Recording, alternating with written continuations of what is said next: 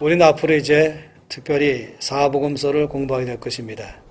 마태, 마가, 누가, 요한복음을 우리는 복음서라고 말합니다. 복음서라고 말하는 내용은 그 말 그대로 복음은 복된 소식, 우리가 굿뉴스라고 말한 것이에요. 그건 왜냐하면 이 네 권의 책 가운데서는 예수님에 대해서 전적으로 설명되어 있습니다.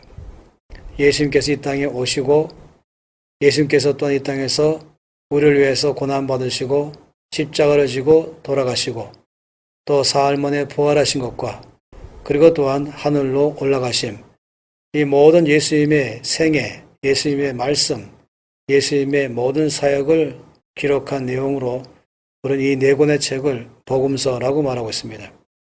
특별히 이 네 권 중에서도 마태, 마가, 누가복음은 상당히 많은 영역 가운데서 공통적 관점에서 복음서를 기록하기 때문에 이 세 권을 특별히 또 따로 떼어서 공감복음이라고 말하기도 합니다. 우리가 복음서를 이해할 때에 정말로 필요한 것은 복음서가 우리가 연대적으로 시간적으로 기록된 것이 아니라는 것입니다. 누가복음은 좀 더 그 내용이 시간적으로 기록되려고 했지만 마태복음, 또 마가복음, 요한복음은 그 복음서의 내용은 많은 경우에 주제별로 묶어서 기록되어 있습니다. 따라서 1장과 2장과 3장 이런 것들을 시간적 배열로 우리가 말씀을 이해한다면 말씀의 전체를 정확하게 이해하는 데에 어려울 것입니다. 오히려 복음서 안에 볼 때에는 복음서 안에서 시간 개념과 공간 개념의 요소로 보면 참 좋겠습니다. 시간 개념이라는 것은 예수님의 개인적으로 사셨던 30년의 기간이 짧게 있고 그 후에 3년 반의 예수님의 사역, 이것을 우리가 공생애라고 말하는데 이런 이 공생의 기간에 대한 내용으로 기록된 것을 우리는 시간 개념이라고 말합니다. 예수님의 모든 사역의 시간 개념에 상당히 많은 영역은 유월절 사건이 중심이 되어 있으면서 유월절에 예루살렘에 가시고 다시 또 주께서 또 떠나시고 이런 내용들로 이 복음서 전체 안에는 기록되어 있습니다. 동시에 복음서를 이해하려면 공간 개념의 요소도 이해해야 됩니다. 다시 말하면 예수님께서 사역하셨던 장소가 어디냐 하는 것은 이해이죠. 예수님의 사역의 중심은 당연히 예루살렘 중심으로 움직였지만은 그러나 많은 경우에는 북부 지방에 있는 갈릴리에서도 사역하시고 또 잠깐 동안씩이라도 사마리아에서 사역하시고 또 동시에 또한 동쪽 지방에 있는 베리아라든지 이방 지역이나 북쪽에는 도르와 시돈 같은 그런 이방 지역에 가셔서도 주께서 사역하신 것이 있습니다. 예수님의 이런 모든 사역지를 살펴보는 것, 이것 또한 복음서를 이해하는 데 상당히 중요한 것입니다. 이런 맥락에서 우리는 먼저 마태복음을 보기를 원합니다.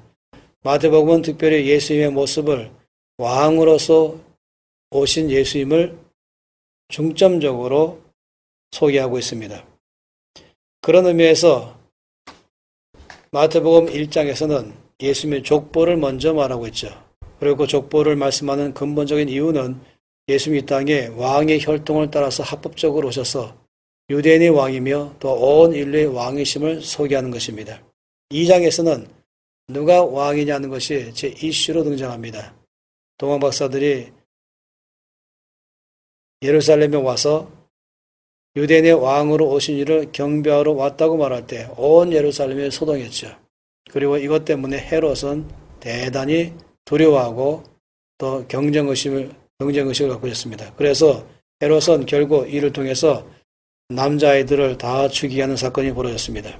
결국 여기 큰 이슈는 누가 왕이냐 하는 것입니다. 3장 전체는 왕이신 우리 주께서 오시는 그 예수님을 영접하기 위해서 우리의 마음을 준비시키는 것을 말씀하십니다.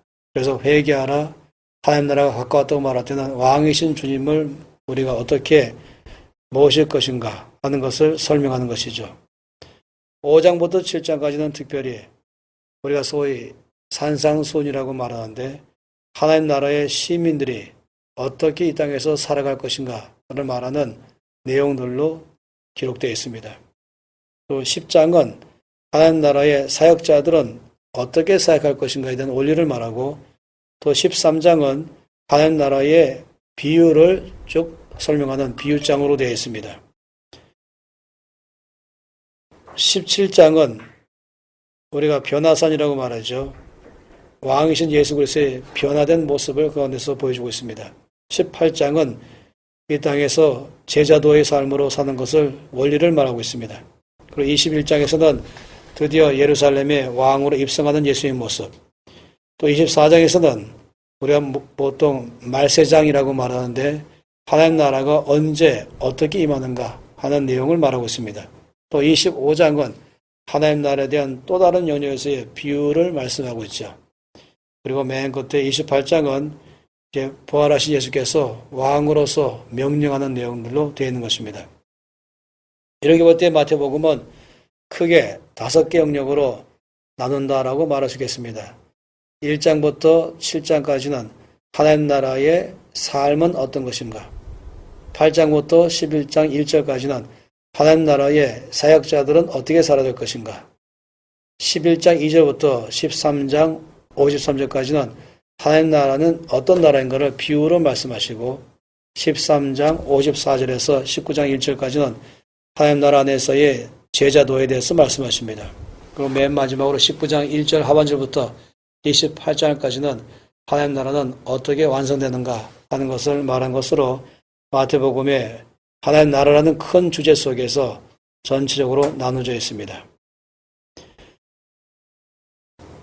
마태복음을 읽을 때에 우리가 관심 있게 바라보는 하나의 주제는 예수님의 모든 이 땅에서 하시는 일들을 언제나 구약 성경과 대조해서 말씀하십니다. 특별히 하나님이 선지자로 하신 말씀을 이루려 하심이라 하는 말씀들로 마태복음은 그 내용의 특징을 말하고 있습니다.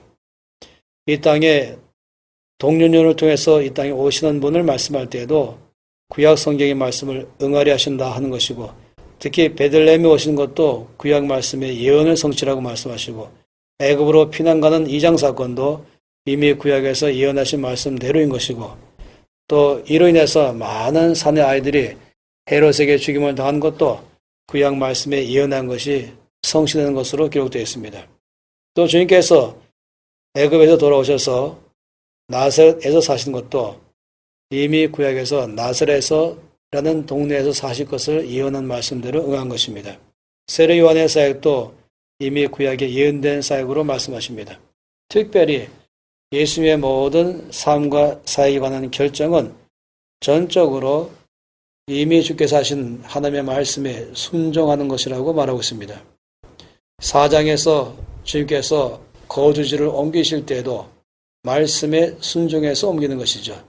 그러니까 어디 가서 살 것인가를 장소를 정할 때에도 내가 원하는 것, 세상에서 원하는 기준이 아니라 하나님이 어디를 살기 원하시는가의 기준 따라서 예수님은 장소를 옮겼다고 말씀하는 것이죠.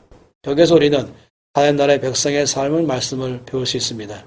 또 8장에서 예수님의 사역 형태를 말할 때 늘 치유 사역을 하셨다고 말하면서 사람들의 상함을 치유하고 사람들을 고치고 회복하는 장면으로 기록된 이유는 주께서 구약에서 이미 말씀하신 하나님의 말씀대로 순종하여 사셨기 때문에 그렇게 말한 것입니다.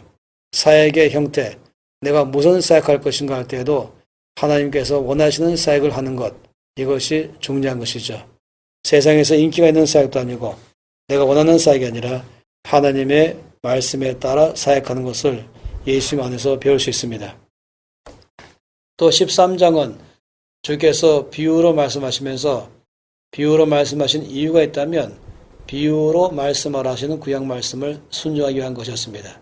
어떤 스타일로 말씀을 전할 것인가, 그것도 하나님께서 말씀하신 대로 순종했다는 것을 말한 것이죠.